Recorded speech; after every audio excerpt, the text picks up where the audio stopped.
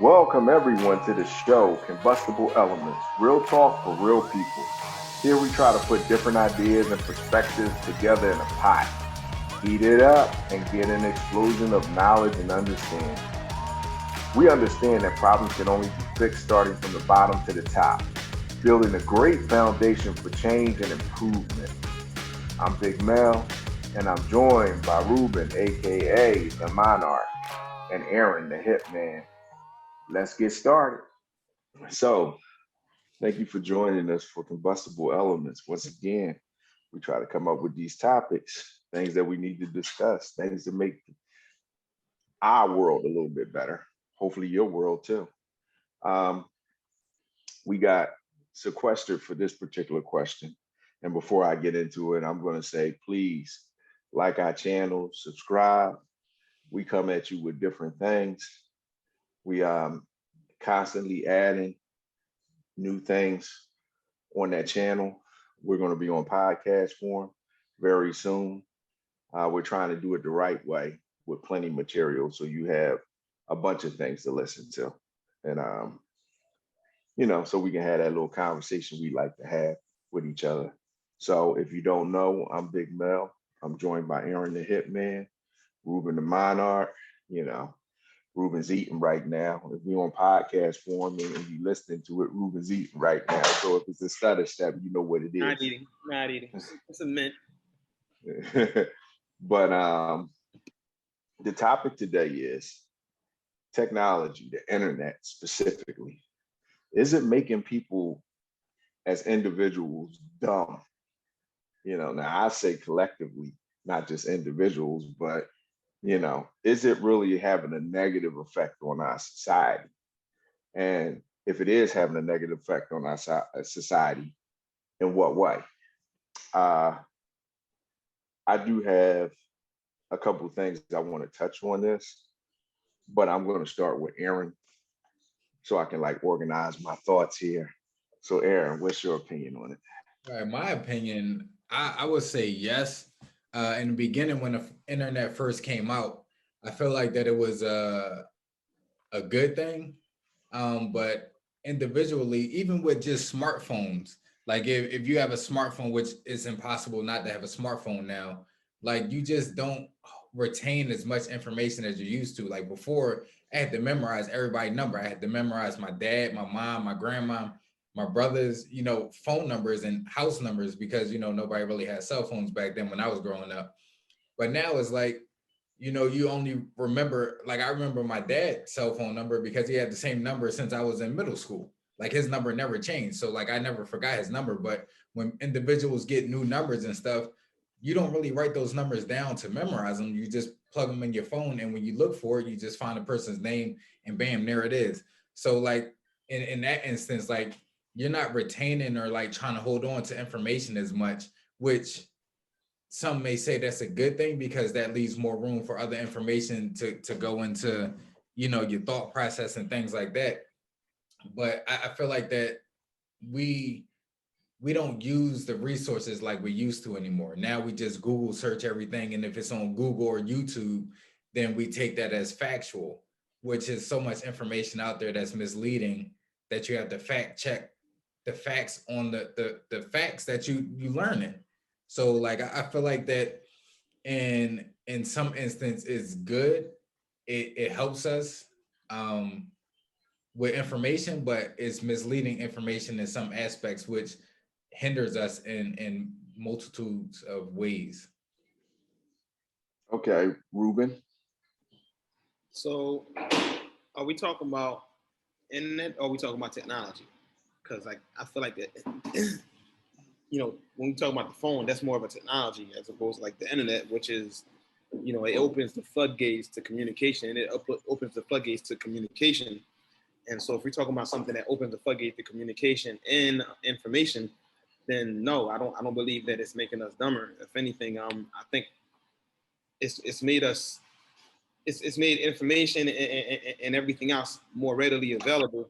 Now, lazy, yeah, because we take for granted the fact that you know you got access to all these things just at your just in a matter of a second. You know, you can Google search something. You could look in your phone. You know, you could fact check anything. Like the need for argument basically goes away with the help of technology, because you can, like Aaron just said, you can Google search just about anything now. If I'm gonna sit there and tell you something and make a statement about something to you, you know, it used to be a time that like it might take days, you know, or we might have to stop what we're doing altogether, which we're not gonna happen. If we're arguing, we're not gonna stop. We're just gonna keep it going. Whereas now I can just say, hey Siri, or hey Alexa, you know, tell me the answer to this, or tell me the answer to that. So I don't think technology. I can't agree that technology has made us dumber. I think I could say technology made us lazier, but you know, if you have access to more things, it simplifies your life. So it could make you lazier, but I don't believe that technology or internet has made us dumber. Okay, so I'm going to answer this question, and then I'm going to ask some questions. You guys got to excuse me. I was over here fiddling around because you know how I like to write stuff down and then try to come back and see what you say, giving it from a different perspective. But the kid doesn't have his pen right in front of him, and I will get it. Ruben brought up an interesting point and a good point. Are we talking about technology, or are we talking about the internet? So I'm going to touch on both because they're interconnected to a degree. As far as the internet goes, let's call the internet what it is. It's an amazing thing. You know, it made the world so much smaller. You hear me say that all the time. The world is so much smaller. With a click of a few keys, you can find out what's going on halfway around the world, if not the other side of the world. You can get satellite images. You know, you can look down your block and see what's going on from above. The internet makes it possible to go into all those other things that normally you would have to pick up a phone for, checking your bank accounts, account balances, you know, activities, even stocks, bonds. You are always connected to the world because of the internet. Is there a problem with it? I don't know if dumb is the word, lazy is a good word, but just think about what we lost with the ability to see more. Like, take for instance, if you want to take a trip, you look at pictures of the place. You know, with the internet, you can look at real-time pictures. You can look at thousands of pictures of a particular place, and then you can decide you're not going to go there. So as far as travel went, the stories that you read, you know, the stories that you were told, you couldn't see, you couldn't back it up. So you had to see for yourself. So in a sense, it affected how we travel. And it has made people say, I may not be as adventurous as before. As far as the information, who's to say that information that's on the internet is correct? You know, who's to say that people say never use Google? You know, some people say Google knows everything. Who's to say that they're not all copying each other with the information, no matter what browser you use? People tend to click on one particular thing and they think they have the answer, and then they go on from that point. Is it laziness? Is it trust in the internet technology, in the information? I don't know, but people don't research things. We used to research a lot of things. Now we don't research things. We get the quick answer and we go. And that affects us on a whole scale, meaning that everything is so quick. Your answers are quick. Your thought process is quick. Your emotions are quicker and quicker. So technology, the internet, interconnected, it does change our society. Is it changing it for the better? Hey, listen, if you can find out what's going on around the world at the click of a key, that's better. But what are we losing? And that's the problem with it. Like, what's the balance? You know, when do we draw the line? When do we draw the line with kids? As a parent, you guys are both parents. When do you draw the line with the information? I'm gonna give you an example that you guys probably haven't heard in about 20 or 30 years. Remember when you were younger, and you ask somebody how to spell a word, you remember the response, right? I look for a dictionary or a thesaurus. Yep, look through dictionary or thesaurus. Now, the My first kids time that Siri now. well, now see, that's the problem. It's Or Siri like, now. When you look through a dictionary, what did you do? You saw the phonetic spelling of that word. Like I'm a person that really has a hard time phonetically pronouncing a lot of words. You'll see it when we're talking. I just can't grasp the phonetics pronunciation in certain words or complex words when we're talking. You've seen it in these conversations that we have. And then I got to totally change my sentence structure. However, where would I be if I didn't pick up a dictionary and look at the words? So in that aspect, like you said, Ruben, you just pick up Siri and you say what you want, and Siri start giving you a spelling for the word. But then you lose the looking at the pronunciation and taking that with you at different points. Aaron said something about cell phones as far as like phone numbers go. He's right. You know, we all used to remember phone numbers off the top of your head. Now sometimes I got to look up my wife's cell phone number. Sometimes I got to look up my daughter's cell phone number. It requires, like, if I don't look it up, it requires some thought because I'm so used to just hitting a name and not the numbers on the thing. So when do we draw? My question for you two guys is, when do you draw the line with your kids? Tell me, what do you say is the point where you have to, like, not just monitor what they're looking on the internet, but monitor their reliance to the internet? Either one of you guys. Well, I'm not gonna call nobody out first.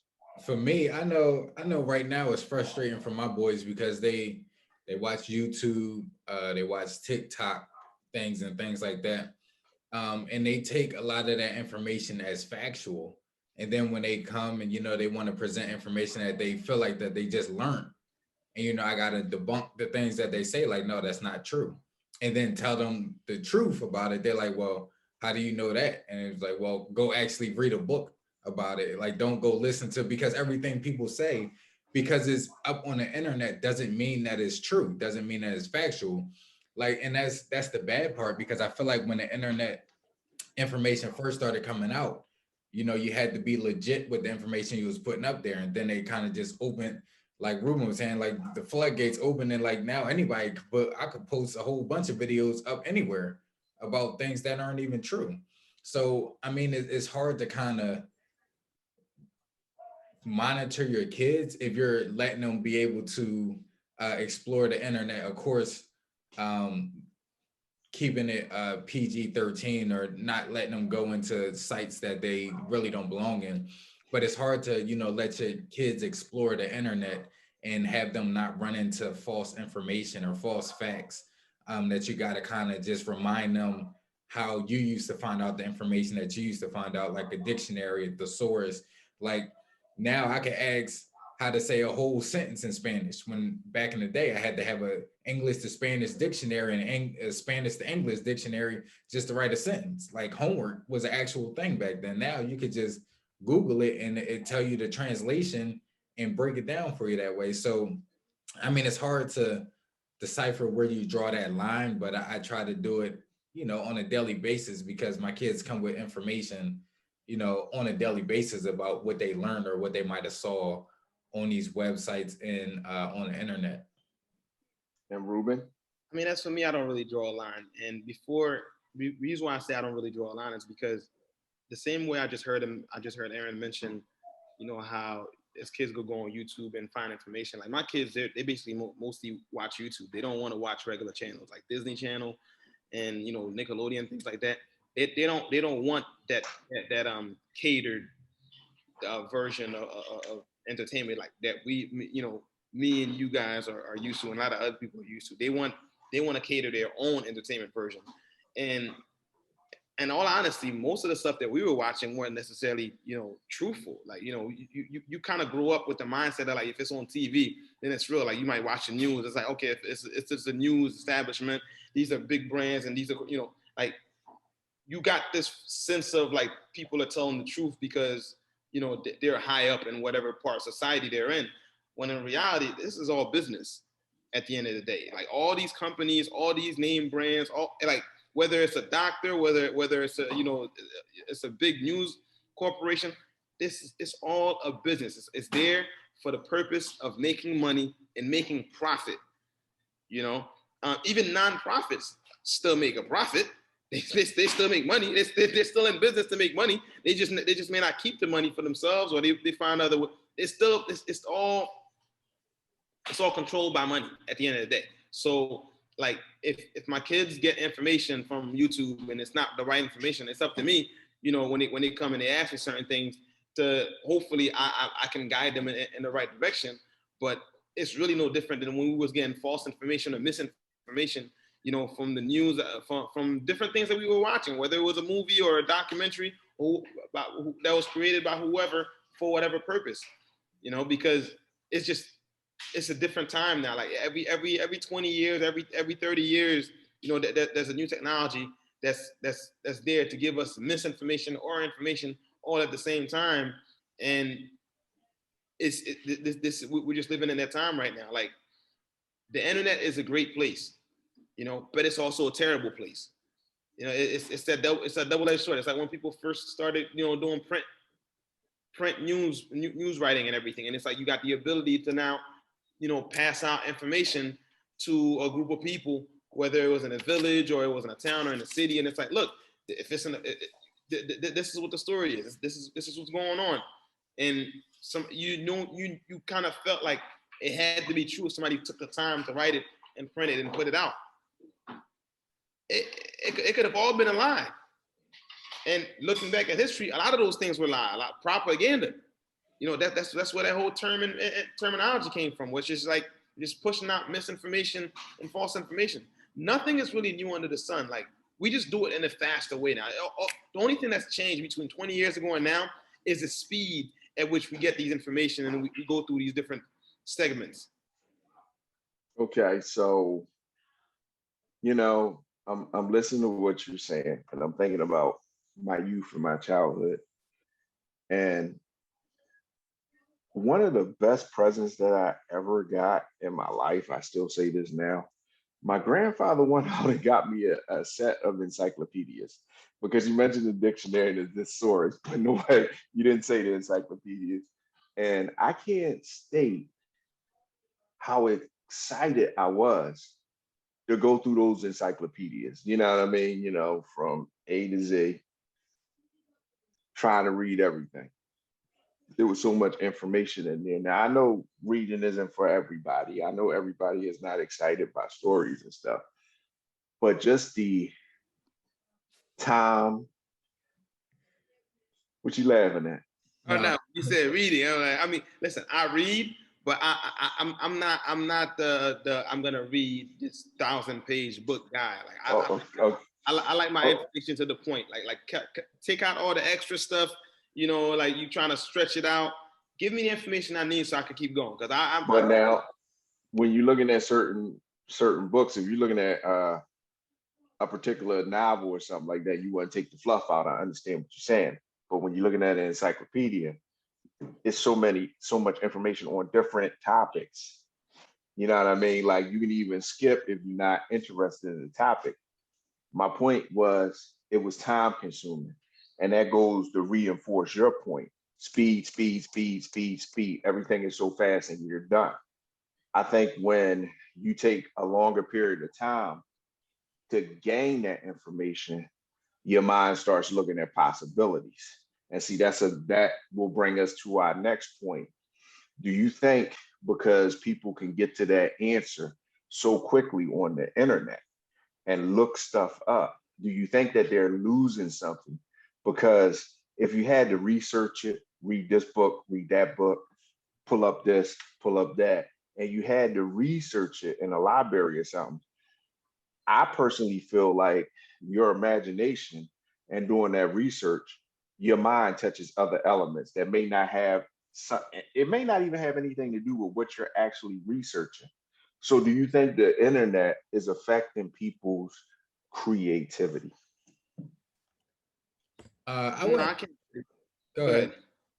I wouldn't say creativity, but like you said, when you had to put the time in to learn the information, like right now, I don't have to retain information if I'm like, how many ounces is in a gallon? If I don't know that, if I don't have to look it up, I don't have to retain that because I could just, again, ask Siri and it's always going to be there. The information is always going to be there. Just like I don't have to really know how to get anywhere because I could just pull up the map and it'll tell me how to get there. I don't have to learn these things because it's always going to be accessible, or I feel like it's always going to be accessible when I need it, which isn't necessarily true because if you're in a job interview or a job situation and you lied on your application for whatever reason and said that you knew this information, and then you're presented with a problem that you have to fix right then and there, you can't tell your boss, hold up, let me Google this real quick. I get right back to y'all. Like it don't work like that. And I understand, but that's where the creativity comes into play.